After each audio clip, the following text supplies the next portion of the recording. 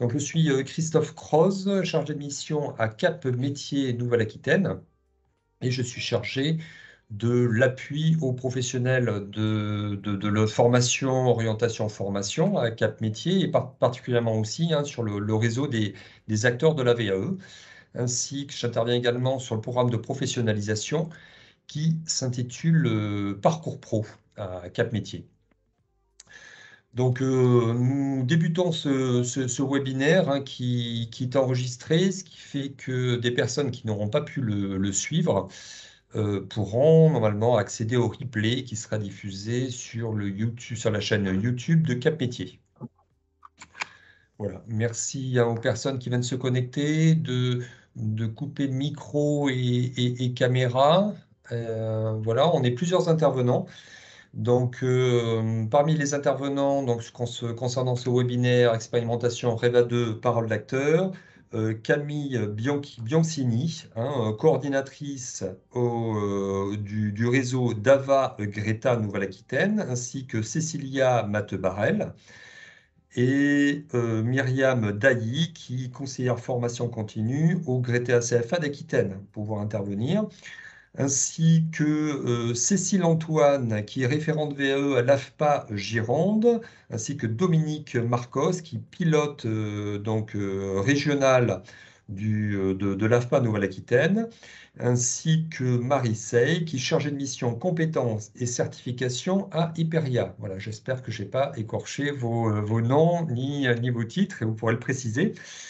Donc, concernant ce webinaire REVA 2, il fait suite à la rencontre qu'il y a eu le 5 octobre dernier à Cap Métiers Nouvelle-Aquitaine, concernant la rencontre des 20 ans de la VAE et l'intervention d'Olivier Gérard, qui est chef de projet au ministère du Travail de REVA 2, qui a permis en tout cas de donner des informations concernant le point sur le lancement de cette expérimentation qui va en parallèle de la réforme de la VAE. Et à la suite oui, à la suite dans l'intervention d'Olivier Gérard, il est organisé donc la semaine de l'AVE qui tombe cette semaine-là, justement, donc sur du 12 au 16 décembre. Donc il y a plusieurs manifestations tout au long de la semaine, avec des manifestations à destination du grand public qui sont animées avec le réseau des points régionaux conseils VAE, ainsi qu'en collaboration avec les ERIP et les organismes certificateurs accompagnateurs. Dans toute la semaine, de nombreuses manifestations qui sont organisées concernant la semaine de l'AVE pour justement l'anniversaire des 20 ans de la VAE, ainsi que des manifestations à destination des professionnels de l'emploi, formation, orientation, comme ce webinaire-là. Donc, il y a ce webinaire sur justement REVA 2. Il y aura également, à partir de demain, deux webinaires qui s'intitulent Focus intercertificateur VE, avec, comme son nom l'indique, des interventions des organismes certificateurs de Nouvelle-Aquitaine pour parler de l'AVE, de l'organisation de l'AVE en Nouvelle-Aquitaine. Un webinaire qui débutera demain, donc demain 14 décembre de 14h à 15h, et un second webinaire Focus Intercertificateur le 15 décembre de 10h à 12h. Si vous êtes intéressé pour vous inscrire sur ces deux webinaires, il y a encore des places, c'est possible. Et vous pouvez aller sur le site de Cap Métiers, le programme de professionnalisation qui s'intitule Parcours Pro. Ça vous permettra également de suivre justement ces manifestations-là à destination des professionnels de l'emploi, formation, orientation. Donc, comme je le disais, à la suite de la rencontre du 5 octobre, l'intervention d'Olivier Gérard, dans cette semaine-là de l'AVE, on a souhaité aussi poursuivre les discussions qu'il y a eu le 5 octobre dernier concernant REVA 2, parce qu'il y a, bien sûr, c'est un dispositif tout récent, c'est une expérimentation avec de nombreuses demandes d'informations. Alors même si on est au tout début de l'expérimentation, en tout cas, merci aux intervenants justement de pouvoir repréciser qu'est-ce que c'est que cette expérimentation REVA 2 et pouvoir discuter avec vous justement, même sur le lancement de cette expérimentation. Alors on a bien sûr peu de recul, hein, parce qu'on est au tout début de l'expérimentation, mais ça permettra de faire le point justement avec les acteurs de Nouvelle-Aquitaine.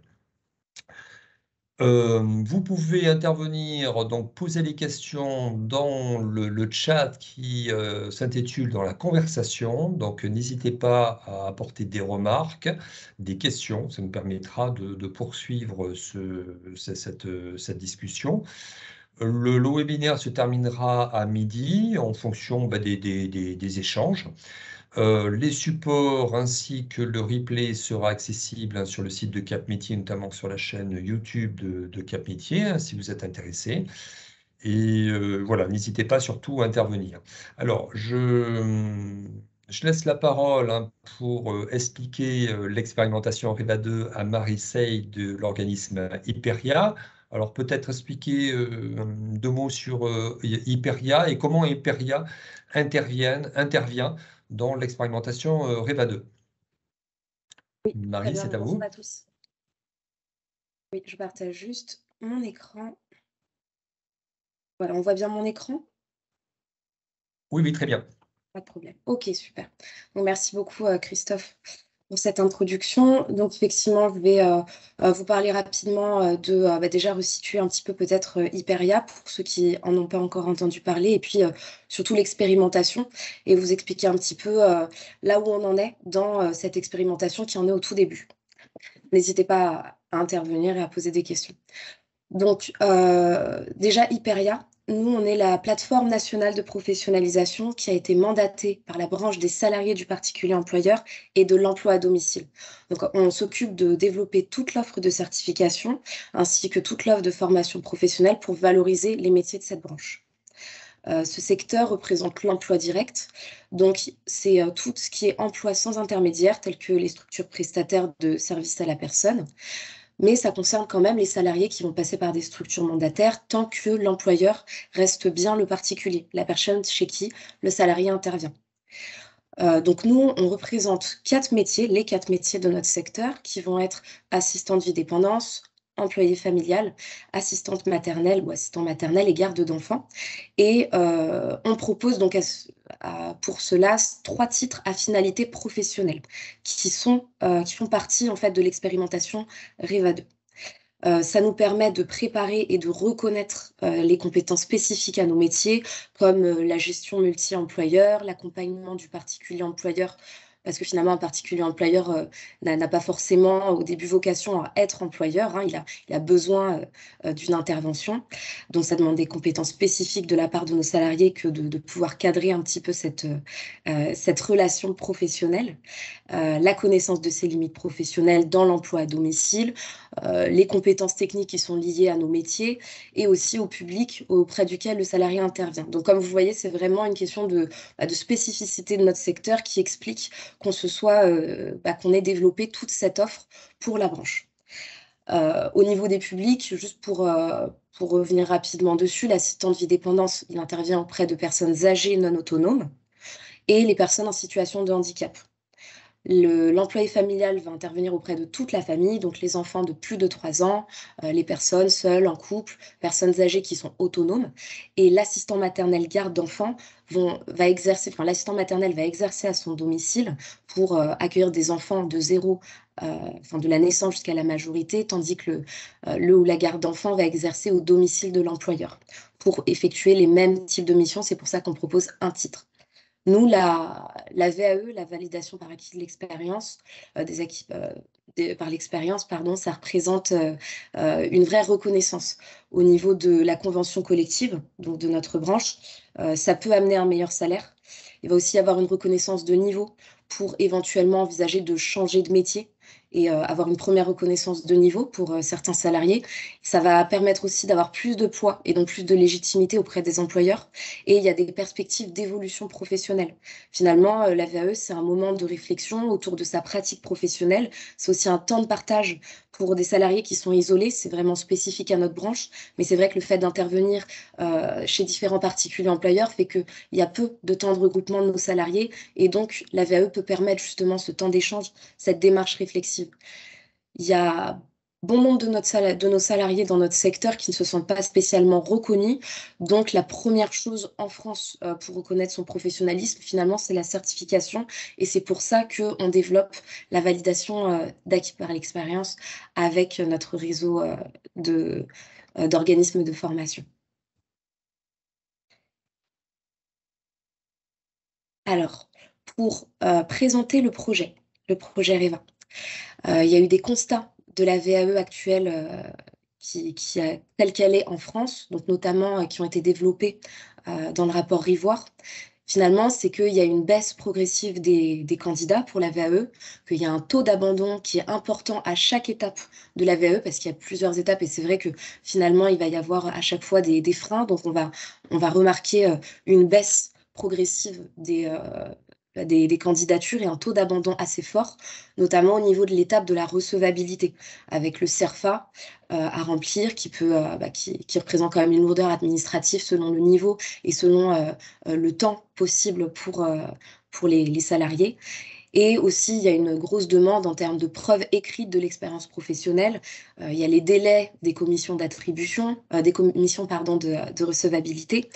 Il y a des freins au niveau de financement, il y a de la démotivation finalement de nos salariés face à l'ampleur de la tâche de rédaction du dossier VAE. Donc là, je pense que je dis ça de façon vraiment générale, hein, c'est pas que pour notre secteur, c'est vraiment des constats qui ont été faits dans le rapport Ivoire. Et c'est vrai que à ça, c'est ajouté aussi le fait qu'il y a une difficulté de mise en œuvre des jurys pour beaucoup de certificateurs. Donc tout ça, c'est ce qui a fait que finalement l'expérimentation REVA a commencé.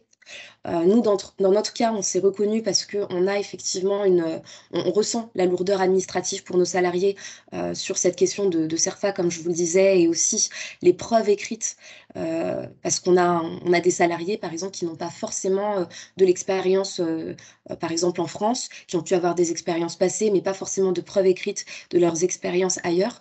Voilà, ce qui fait que finalement, ça représentait vraiment une grosse lourdeur administrative, ce qui amène justement à cette démotivation et donc à cette baisse de candidature ou alors à ce taux d'abandon.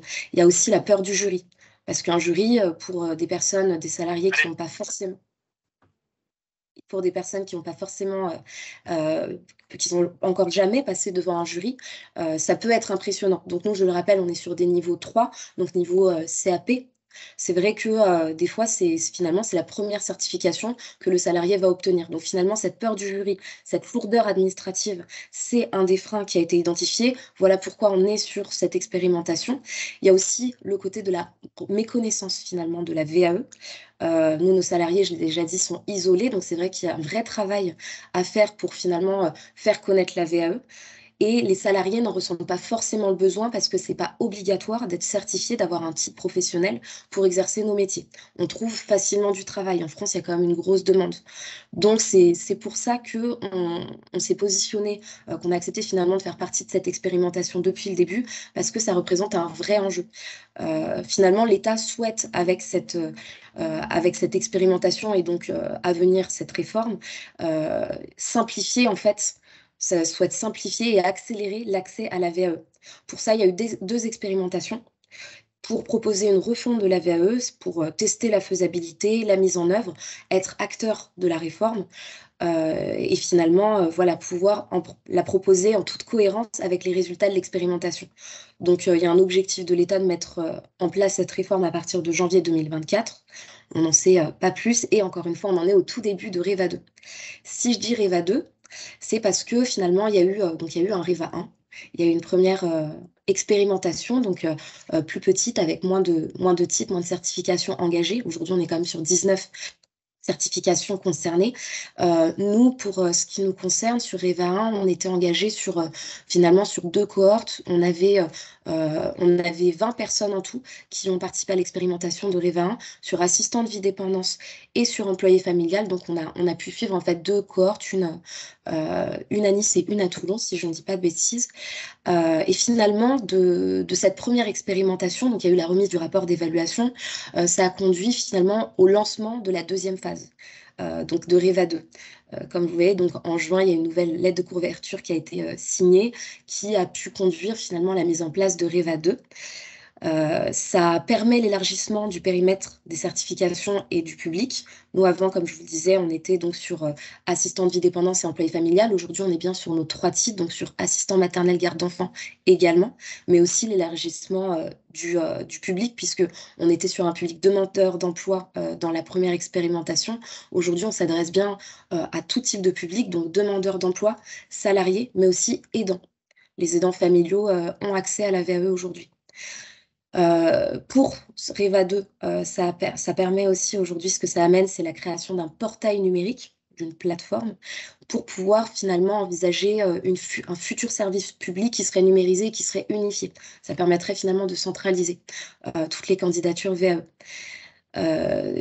Ça permet aussi d'installer, de challenger le renforcement de l'accompagnement du candidat via un nouveau prisme, finalement un nouveau métier qui va être développé après par mes collègues sur l'architecte de parcours. Donc ça amène un nouveau métier, ça re-questionne effectivement cette question d'accompagnement et on va voir comment un peu plus tard. Finalement, il y a aussi le financement unique et simplifié, puisque toute l'enveloppe en fait, VAE financée par l'État pour cette expérimentation est remise à Uniformation qui va gérer les fonds, qui va donc centraliser et fluidifier cette question de financement. Et ça encourage, l'idée c'est aussi d'encourager, il avait été question sur la première expérimentation, d'encourager un système de reconnaissance des compétences transverses développé en organisme de formation. Enfin, il y a le côté d'encourager un processus d'innovation pour l'organisation des jurys. Donc nous, ça va un peu se répercuter, mais c'est vrai qu'en termes de jury, aujourd'hui, on propose les jurys en fait dans le mois qui suit la fin de la VAE, du parcours VAE du candidat. Mais c'est vrai qu'on a quand même des avancées grâce à cette expérimentation. Et enfin, ça permet à l'État et ça permet aux personnes qui prennent part,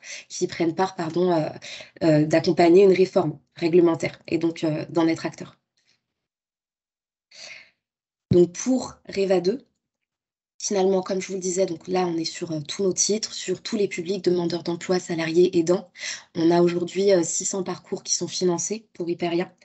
Donc ces parcours vont permettre aux candidats de suivre des modules de formation aussi, en plus de la VAE. Donc pour le secteur, nous, ça représente la possibilité d'être attractif parce que d'ici 2030, il y a vraiment un réel besoin entre le vieillissement de la population et puis la demande de maintien à domicile en France. Ça fait que ça va nous permettre effectivement de pouvoir amener à reconnaître et à proposer finalement de nouveaux professionnels ou à nos professionnels, en tout cas de valoriser ces parcours pour pouvoir rendre le secteur attractif. Il y en a beaucoup besoin aujourd'hui en France et aussi de proposer des évolutions professionnelles VAE, d'aller vers nos certificats pour se professionnaliser. Finalement, il y a dans les principes de Reva 2 cette étape de recevabilité qui se transforme dans le cadre de l'expérimentation en étape de faisabilité. Donc on n'est plus du tout sur la question du CERFA, ni sur la production écrite des preuves d'expérience. Il y a aussi la mise en place de l'architecte de parcours, comme je le disais, qui est aussi accompagnateur, et dès le début du processus, jusqu'à la fin. Il y a la ligne de financement unique. Donc, je répète un petit peu, mais c'est vraiment ce qui est impactant en fait sur cette expérimentation. Et finalement, pour nous, ça va être aussi le fait de proposer un parcours modulaire VAE hybride. Donc, c'est-à-dire que, comme je vous le disais, il y a à la fois la validation donc, via la VAE et il y a également des actes de formation qui sont pris en charge dans le cadre de cette expérimentation, ce qui permet de moduler en fonction du profil des souhaits du candidat, de son expérience, un parcours qui sera vraiment personnalisé. Il y a un statut qui est possible, c'est le fait d'être stagiaire de la formation professionnelle, qui va assurer les candidats pour les parcours. Et il y a une évolution au niveau de l'organisation de nos jurys. Donc, quand je disais organisation de nos jurys, c'est que finalement, là, le temps des jurys et les modalités ont été faites pour que nous, on passe en fait de 3 candidats par jour qui peuvent donc se présenter devant un jury parce que c'est long finalement un jury VAE à 6 à 7 candidats. Donc nous, ça va nous permettre d'avoir plus de candidats par jour qui vont pouvoir passer au jury, donc de fluidifier davantage notre processus. Il y a aussi un raccourcissement des délais légaux des certificateurs, donc, dont de nous en début et en fin de parcours, c'est-à-dire qu'on va être vraiment sur des temps beaucoup plus courts. Et la collecte, l'agrégation, la protection des données via la plateforme, donc via finalement l'application BetaGouv, qui va permettre de centraliser et de pouvoir essaimer derrière, de pouvoir en fait tirer parti de cette expérience. Alors, j'ai une petite question, Oui, Maïssa, par rapport à tout ce que vous avez dit. Il y a eu beaucoup d'informations. Concrètement, donc, il y a plus de jurys, c'est ça, par rapport au parcours classique de VAE? Est-ce qu'il y a combien il y a plus de sessions de jury, plus de jurys? Et est-ce qu'il y alors a combien il y a de jurys dans l'année à peu près, juste pour savoir, chez Alors vous? pour Hyperia, chez nous, en fait, on a des jurys toutes les semaines, des jurys VAE selon la demande. Donc aujourd'hui, on a à peu près, on est à 330 parcours VAE quand on ne prend pas Reva en compte. Et donc finalement, on propose des jurys qui ont lieu dans les 1 mois, dans les 30 jours suivant la fin du parcours candidat. Donc non, il n'y aura pas plus de jurys puisqu'on répond déjà en fait à cette demande de l'État d'aller vers une fluidification. Voilà, une fluidification de l'organisation des jurys. Mais en fait, nous, ce qui évolue, ça va être le nombre de candidats par journée de jury. Donc, ça permet quand même d'avoir plus de candidats. Donc, en ce sens-là, effectivement, ça permet de l'avoir plus tôt. Donc, voilà, on s'engage toujours sur les 30 jours, mais on peut donc envisager qu'effectivement, le candidat n'attende pas 30 jours pour avoir son jury. Mais il n'y en aura pas forcément plus, au contraire, puisqu'on aura des candidats finalement qui seront plus de candidats par jour. Et est-ce que ça change la composition du jury? Est-ce Alors, que ça ne ça change reste, ça change rien sur la composition du jury ou est-ce qu'il y a des modifications concernant Reva 2? Alors au niveau de la composition du jury, ça change rien dans le sens où on a toujours donc un délégué à la certification qui est délégué par Hyperia, hein, qui est membre de jury qui préside. On a un représentant des salariés du particulier employeur et un particulier employeur. Ça, c'est le cas pour tous nos jurys VAE et ça va pas changer. Par contre, jusque-là, la lecture du dossier VAE, qui est quand même conséquent, le dossier est quand même long, est élue. En fait, il était déposé le jour même par le candidat, lu par le jury durant une quarantaine, cinquantaine de minutes, et ensuite le candidat revenait pour pouvoir échanger en fait et donc voilà passer son oral, passer son jury. Maintenant, ces dossiers vont être mis en amont.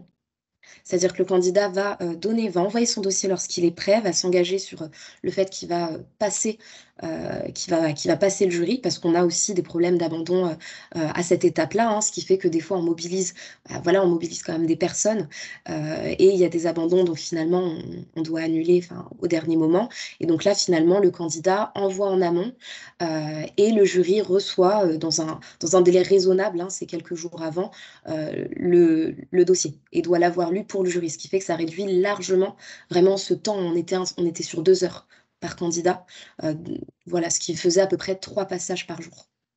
Vous n'avez pas trop de difficultés pour mobiliser justement des professionnels pour être membre de jury VAE, ça va? Alors, on a la chance, donc comme on est mandaté par la branche, c'est vrai que il y a quand même, c'est bien parce qu'il y a quand même un réseau, notamment le syndicat, enfin notamment la FEPEM, hein, le syndicat pour les employés, pour les particuliers employeurs, et nos salariés qui sont quand même, qui sont engagés en fait.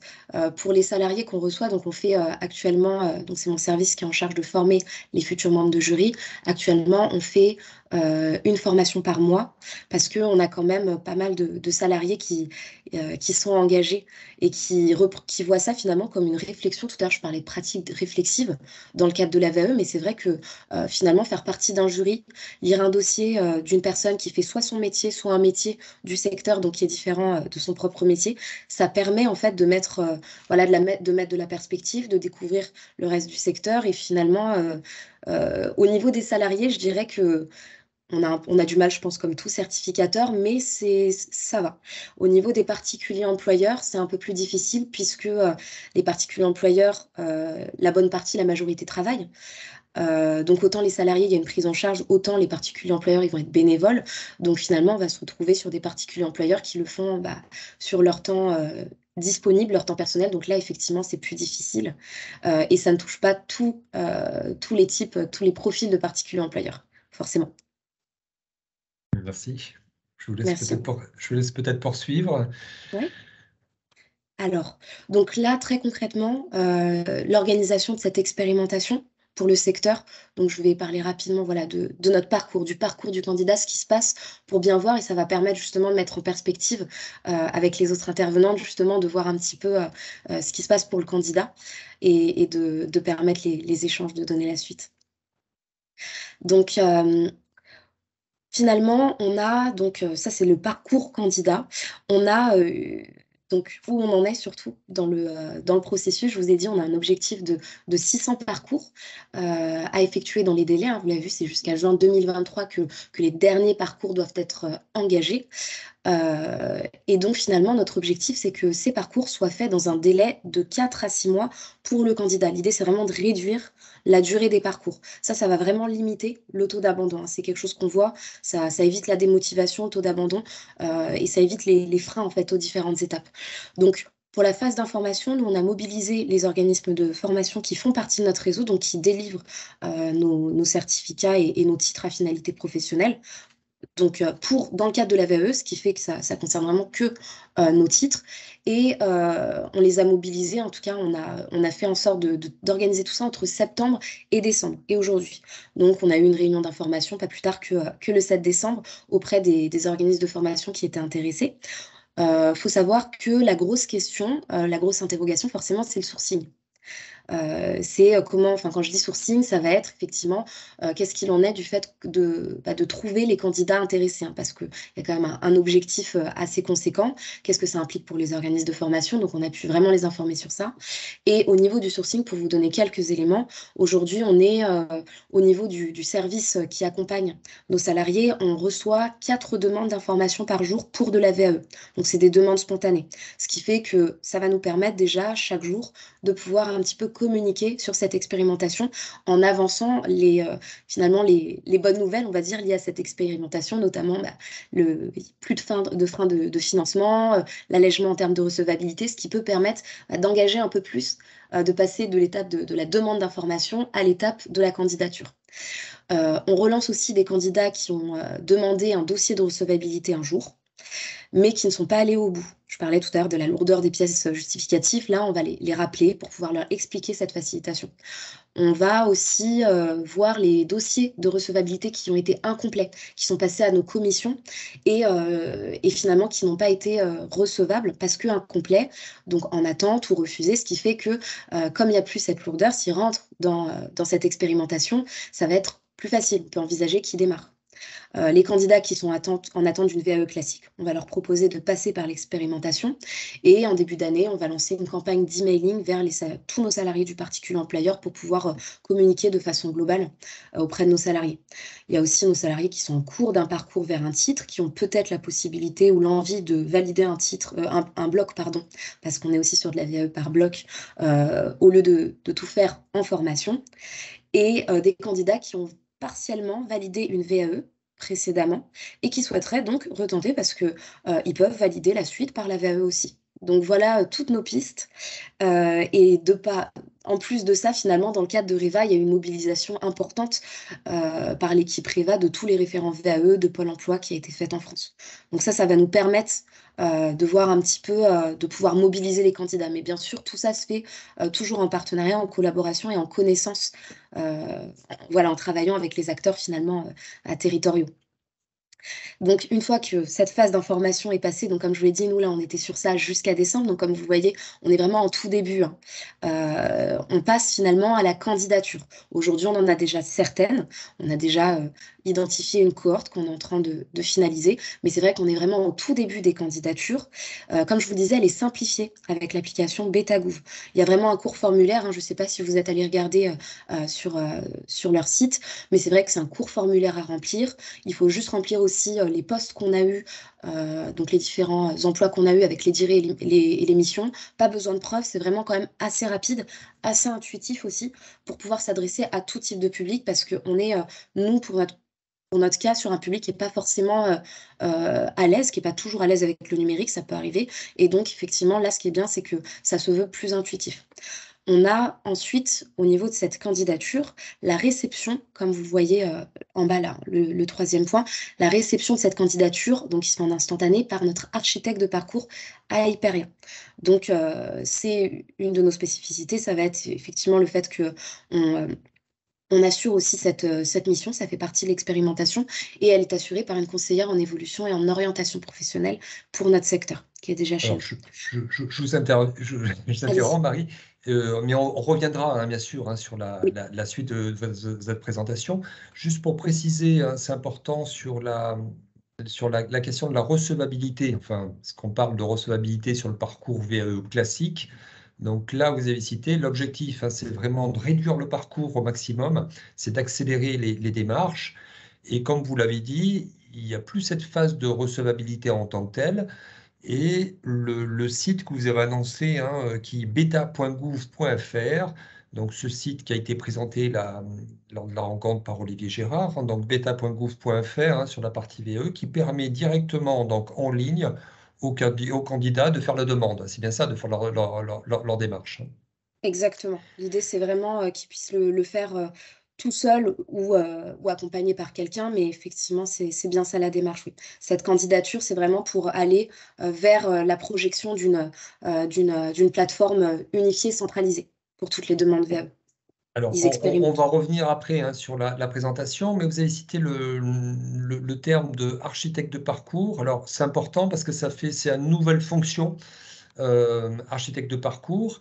Et donc, ça serait intéressant. Donc, Cécile Antoine de l'AFPA et Dominique Marcos, hein, qui est pilote régional, pouvez-vous nous expliquer en quoi consiste, qu'est-ce que c'est ce rôle d'architecte de parcours? Et alors, s'il vous plaît, par contre, hein,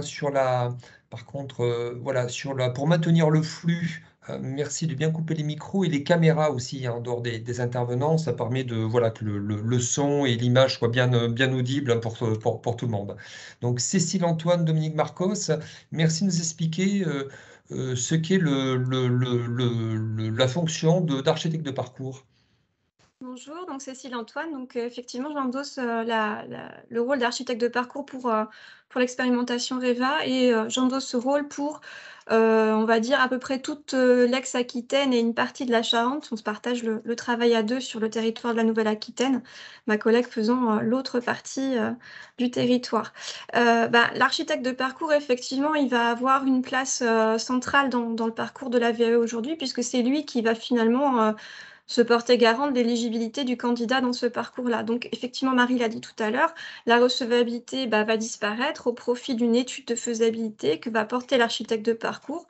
Donc, on va rencontrer le candidat, on va prendre du temps avec lui pour comprendre le parcours qui est le sien, pour essayer de voir un peu les compétences qui sont les siennes, au travers de testing, par exemple, au travers d'échanges, au travers pourquoi pas, de choses qui peut nous amener pour nous montrer qu'effectivement, voilà. Mais il n'y a plus de dossier de preuve en tant que tel qui va être déposé auprès de l'autorité certificatrice. Donc, dans notre cas, à la dette, puisque je travaille pour le ministère du Travail, on va, nous, simplement remplir un dossier qui va nous permettre de faire un état des lieux de ce que sait faire la personne, de ce qu'elle a pu mettre en œuvre Et on va faire des préconisations, alors des préconisations de formation, des préconisations d'immersion, des préconisations d'auto-formation, peu importe.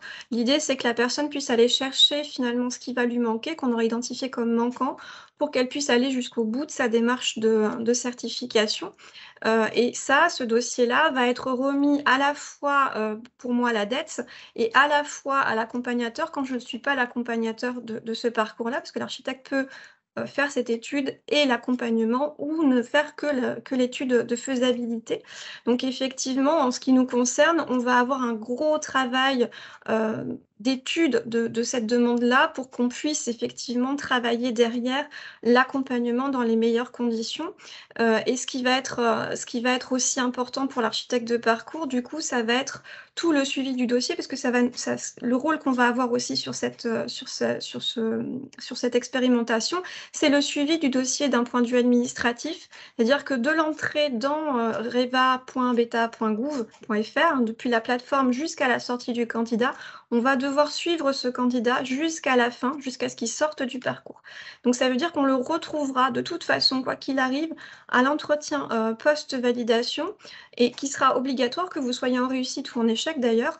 On va retrouver le candidat et faire un point avec lui pour savoir où il en est et ce qu'il souhaite mettre en œuvre par rapport à ce qui s'est passé dans son parcours.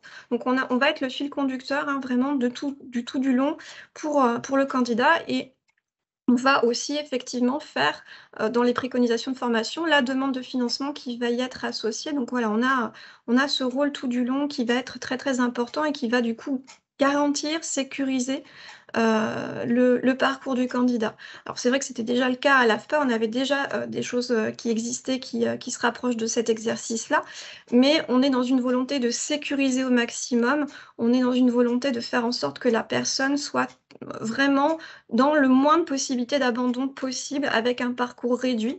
Alors la volonté de l'expérimentation, c'est 4 à 6 mois, où il faut qu'on ait fini le parcours avec la personne dans ce laps de temps. Donc voilà, on est sur un métier qui émerge, qui était peut-être pas forcément, enfin, moi je sais qu'à l'AFPA, on pratiquait déjà sur des choses qui ressemblaient, mais qui n'étaient pas forcément une pratique dans d'autres, pour d'autres référents VAE sur d'autres certifications. Donc voilà, ça va être la grande nouveauté de l'architecte de parcours. Ça veut dire que pour le candidat, il a un interlocuteur unique, Oui. c'est ça, tout au long de son Voilà. parcours? C'est ça, exactement. Alors, l'architecte de parcours peut aussi identifier rapidement que l'expérience qui est propre au candidat ne répond pas de son... Parce que pour nous, à l'AFPA, je vais surtout répondre de trois titres professionnels. On a agent de service médico-social, on a assistant de vie aux familles et on a responsable coordinateur service à domicile. Mais si parmi ces trois diplômes, moi, je ne peux pas accompagner parce que je pressens que c'est peut-être un autre qu'il lui faut, je vais réorienter vers un autre architecte de parcours, un architecte de parcours neutre, qui va reprendre la main et réorienter la personne, ou alors carrément la personne va pouvoir se repositionner dans la plateforme sur le diplôme qu'on aura identifié comme étant le plus adéquat pour le candidat. Donc vraiment, le portail va devenir central dans ce parcours-là, et c'est vraiment une traçabilité qu'on va avoir tout du long pour le candidat. Alors justement, il y a des questions, des remarques, hein, donc c'est important ce rôle d'architecte de parcours, et puis cette histoire de dossier de candidature ou dossier de recevabilité, puisque justement, en tant qu'est-ce que le dossier est-ce qu'il y a un dossier toujours donc, qui est rempli par le candidat? Est-ce qu'il est constitué, est-ce qu'il est envoyé à l'architecte de parcours? Est-ce qu'il complète? Est-ce qu'il est remis au candidat? Comment ça se passe concernant le fameux dossier? Est-ce qu'il y a toujours d'ailleurs un dossier? Alors, à ce jour, dans l'expérimentation, en tout cas, on ne peut déposer une demande d'accompagnement qu'en passant par la plateforme. Et donc, il faut être identifié dans cette plateforme-là pour pouvoir ensuite avoir la personne qui va être architecte de parcours. Donc, ça veut dire qu'il faut que la personne qui reçoive le candidat en premier soit identifiée comme étant accompagnateur enfin architecte de parcours, pardon. Donc aujourd'hui, pour répondre à la question de la personne qui est posée, aujourd'hui dans l'expérimentation, les architectes de parcours sont embarqués sur un marché et on répond à ce marché-là. Demain, je ne sais pas. Donc ça, on verra bien comment ça va se passer au niveau de la réforme. On attend hein, les degrés et on a plein de questions de toute façon tous. Hein. On travaille en marchant, donc on attend de savoir un petit peu ce qui va se passer, puisque l'idée hein, de BetaGouv, c'est quand même d'être sur une méthode active, donc ça veut dire qu'on va aussi construire des choses. Donc là, pour l'instant, effectivement, l'architecte de parcours va être le pilote, on va dire, en tout cas l'initiateur de la démarche, et va renvoyer, parce que ça par contre on en a l'obligation, on doit proposer à notre candidat les accompagnateurs qui sont sur le territoire, et c'est au candidat de choisir la personne, l'organisme qui lui correspondra. Donc nous, on ne fait à ce moment-là qu'orienter, informer et orienter par rapport à son désir, à son besoin. Donc par contre, oui, on reste le fil conducteur tout au long du dossier, puisque jusqu'à la fin, on va se poser la question de ce qui s'est passé, si les préconisations de formation ont été mises en œuvre, comment l'enveloppe a été consommée et comment s'est terminé le parcours du candidat et qu'est-ce qu'on peut faire à la fin de ce parcours. C'est justement ce qui est intéressant, c'est le lien entre la fonction d'architecte de parcours et puis les accompagnateurs. Donc c'est intéressant. Justement, pour parler du rôle de l'accompagnement et du lien justement avec les architectes de parcours, alors il y avait les questions, hein, on va pouvoir répondre en même temps à la question, hein, c'est de quid de l'accompagnateur, effectivement, indépendant par rapport au schéma du parcours classique de VAE. Donc pour le réseau d'Ava Greta, hein, qui est dans son rôle d'accompagnement par rapport à Reva 2, Camille Bianchini, Cécilia Mathieu Barrel, voilà, ou Myriam Dailly, voilà, pouvez-vous préciser le rôle d'accompagnateur et le lien avec architecte de parcours concernant sur Reva 2? Oui, bonjour. Alors, Camille Bianchini, effectivement, pour le JPFCIP, nous nous sommes positionnés en tant qu'accompagnateurs dans le cadre général de l'implication de l'éducation nationale.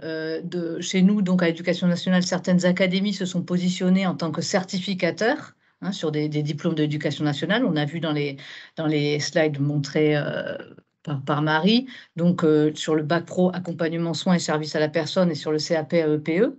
Et comme architecte, ça a été le choix de 8 académies. Ici, en Nouvelle-Aquitaine, nous sommes positionnés pour représenter le réseau des Greta et des DAVA en tant qu'accompagnateurs sur d'autres certifications que celle de l'éducation nationale. Et donc, nous intervenons à ce titre-là en lien à la suite et en lien avec les architectes de parcours.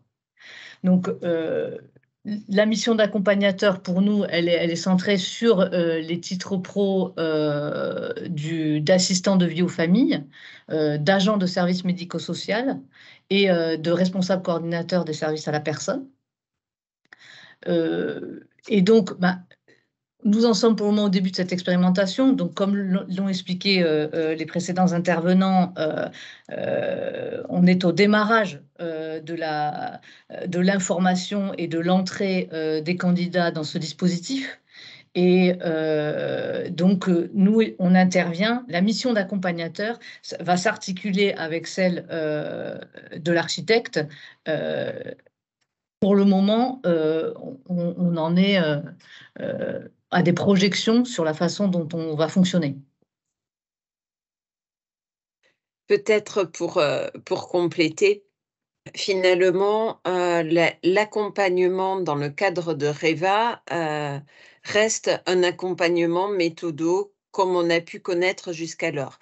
La vraie nouveauté, c'est qu'il y a effectivement cet architecte qui accompagne du début à la fin du process et qui va permettre finalement d'être en contact avec l'accompagnateur et du coup, l'accompagnateur va avoir une tierce personne, on va dire, pour pouvoir ajuster le parcours en fonction de l'avancée finalement de l'accompagnement méthodologique qui est fait. pour amener le candidat vers une réussite dans un temps qui est beaucoup plus restreint, de 4 à 6 mois. Et pour finir, hein, sur le rôle de l'accompagnateur, voilà, ce qui va être intéressant. Donc, du coup, on a entendu nos collègues de l'AFPA par rapport au titre professionnel ministère du Travail sur lesquels ils seront architectes et accompagnateurs et sur lesquels nous serons, nous, Greta CFA Aquitaine, accompagnateurs également, mais aussi, Marie l'a dit en préambule, sur les titres menés par Hyperia, puisque nous sommes partenaires hein, sur les territoires, donc nous ferons vivre tout ça ensemble. Moi, je peux vous parler succinctement en tant que pilote de dispositif. Hein, je pilote un dispositif VAE sur les Landes. Donc, bien évidemment, nous mènerons ensemble, de concert avec les architectes, puisque le diagnostic, eu égard au fait qu'il n'y ait plus de temps, je dirais, de recevabilité à l'aune de preuves. Et donc, il va falloir aussi que le diagnostic soit très, très précis pour que l'accompagnement puisse être adapté à la fois au parcours préalable du candidat, de la candidate, mais aussi aux prérogatives de la VAE. Donc, nous travaillerons ensemble pour accompagner de la manière la plus adaptée possible le ou la candidate dans le cadre d'une VAE complète, d'une VAE par bloc, mais également, on l'a dit tout à l'heure, d'une VAE, enfin d'un temps de VAE et connexement d'un temps de formation à hauteur de 78 heures maximum par accompagnement. Et du coup, nous travaillerons bien sûr avec tous les acteurs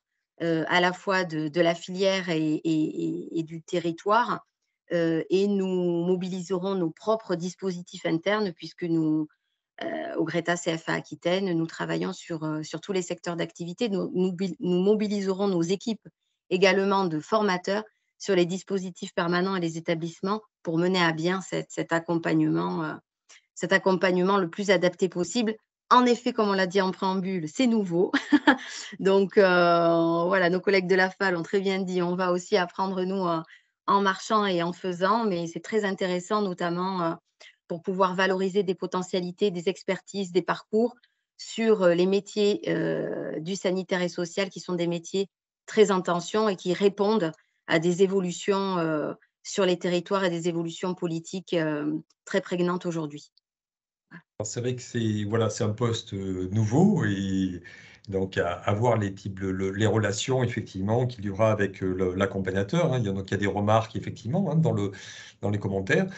Et c'est vrai, donc le rôle essentiel de l'accompagnateur, hein, c'est un rôle très important. Et cette nouvelle fonction d'architecte de parcours hein, pour faire du lien. Et comme ça a été dit effectivement concernant cette expérimentation, c'est que par rapport à REVA 2, par rapport à un schéma classique de VAE, il peut y avoir, il y a du financement effectivement hein, organisé là sur ces types de certifications qui rentrent dans REVA 2, et notamment la prise en charge de formation.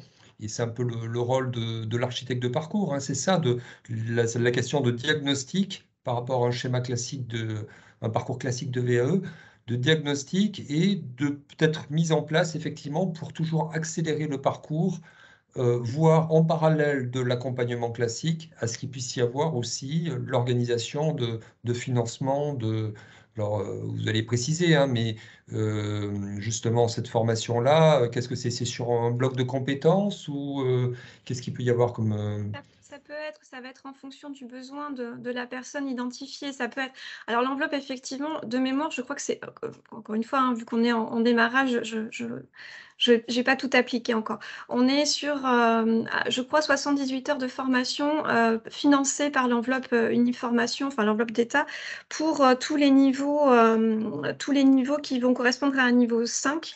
Donc, ce qui veut dire qu'on a quand même la possibilité de mettre des choses en place avec les personnes qui peuvent, pourquoi pas, correspondre à un bloc de compétences. Donc, tout va dépendre de ce que va avoir comme besoin la personne et on va regarder au travers de ce besoin-là comment on va pouvoir l'accompagner sur cette montée en compétences.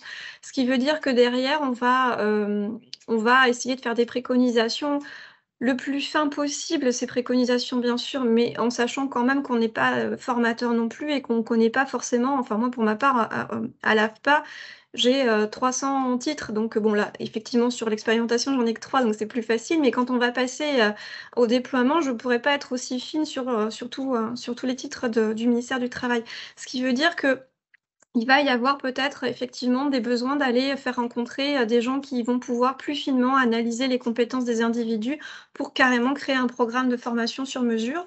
Ou ça peut être aussi des parcours, nous en tout cas c'est ce qu'on a commencé à réfléchir. On a une plateforme, qui s'appelle Métis, qui donc permet, de récupérer quelques apprentissages à distance. Donc pourquoi pas aussi sous cette forme-là. On peut aussi avoir des immersions, des immersions alors par le biais de la PMSMP ou d'AFEST. On peut aussi avoir des auto-formations. Enfin voilà, c'est vraiment, en fonction du besoin du candidat que ça va se passer et encore une fois, voilà, on a un financement de 78 heures qui est, mobilisable dans ce parcours-là. Donc ça laisse quand même le loisir d'avoir, des possibilités intéressantes, de remise à niveau ou d'aller chercher des compétences manquantes. Voilà. Oui, merci. Alors peut-être, Marie, de poursuivre justement le schéma, le parcours concernant REVA 2. Après, donc sur la fonction d'architecte de parcours, le rôle de l'accompagnement, voire de formation en parallèle. Euh, Comment ça se passe justement par rapport à l'expérimentation avec Hyperia?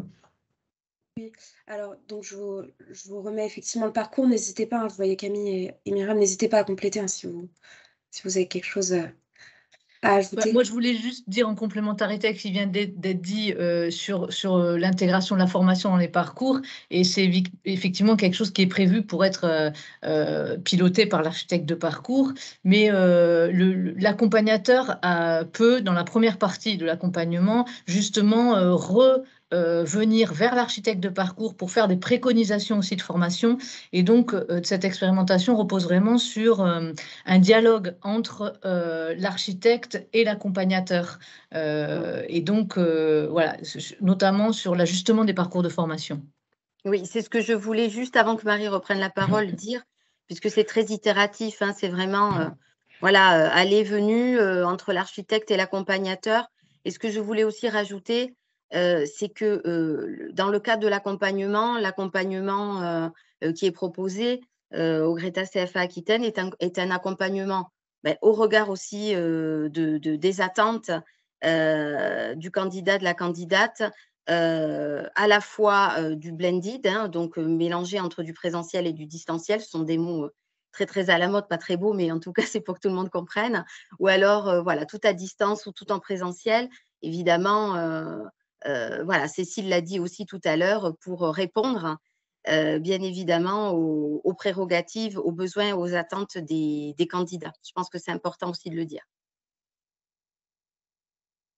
Merci beaucoup. C'est vraiment très riche en plus d'entendre la façon dont ça se passe chez chacun. Parce que c'est vrai qu'au niveau de l'accompagnement de l'architecte des parcours, voilà, on est au tout début, on expérimente tous et je pense que tout ça, tous nos retours vont permettre dans quelques mois effectivement de collecter et d'ajuster. Là, nous, en ce qui nous concerne, au niveau de la réception de la candidature, une fois qu'elle a eu lieu, on passe effectivement sur l'accompagnement individualisé. Donc, comme je l'ai dit tout à l'heure, l'architecte de parcours, fait bien partie d'Hyperia puisque on est le seul certificateur sur les salariés du domicile. Ça concerne bien ce type de salariés, ces salariés-là. Et donc, en fait, notre architecte de parcours va traiter la demande au plus rapide. C'est ce qu'il a été demandé pour l'expérimentation, c'est d'être le plus réactif possible et d'accompagner au mieux le candidat, comme on le disait juste avant. Donc, sous 24 à 48 heures, l'architecte de parcours traite le dossier, reçoit en rendez-vous sous 8 jours le candidat selon ses disponibilités, avec un premier entretien oral, ça va être visio, ça va être peut-être par appel, pour s'assurer qu'on est bien sur la certification qui correspond aux souhaits, au profil, à l'expérience. Sinon, effectivement, comme on le disait, il y a une redirection, comme le disaient tout à l'heure mes collègues. Et il y aurait, en fait, dès qu'il y a validation effectivement du souhait, du profil du candidat, un deuxième entretien entre 1h30 à 2h pour remplacer la recevabilité. Et là, ça va être donc, dans notre cas, un test de positionnement professionnel, un test langagier, reparler de l'expérience du candidat. On va vraiment tout axer sur l'oral, plus que sur l'écrit, parce que, comme je l'ai dit déjà, nous, dans notre cas, c'est des titres de niveau 3, donc il s'agit en fait de privilégier l'oral à l'écrit, qui est une grande source d'abandon. Pendant ou après cet entretien, l'architecte de parcours va d'abord, il va co-construire avec le candidat le parcours, avec la VAE et la formation, ce qu'on disait précédemment. Et donc, nous, dans notre cas, on propose effectivement donc, voilà, la VAE par bloc maintenant qui est actée, mais aussi pouvoir compléter avec des modules de formation, sachant que dans notre cas, avant la mise en relation avec l'organisme de formation, alors pas la mise en relation, pardon, avant le début du parcours VAE avec l'organisme de formation, il y aura en fait en amont tout ce qui est dispense de la formation. L'idée, c'est que les groupes que l'organisme de formation accompagne soient tous homogènes lorsqu'ils démarquent le parcours VAE. Donc finalement, les actes formatifs, on les préconise avant, sachant que ces actes formatifs sont bien dispensés par des organismes de formation. Ça reste le rôle des accompagnateurs organismes de formation.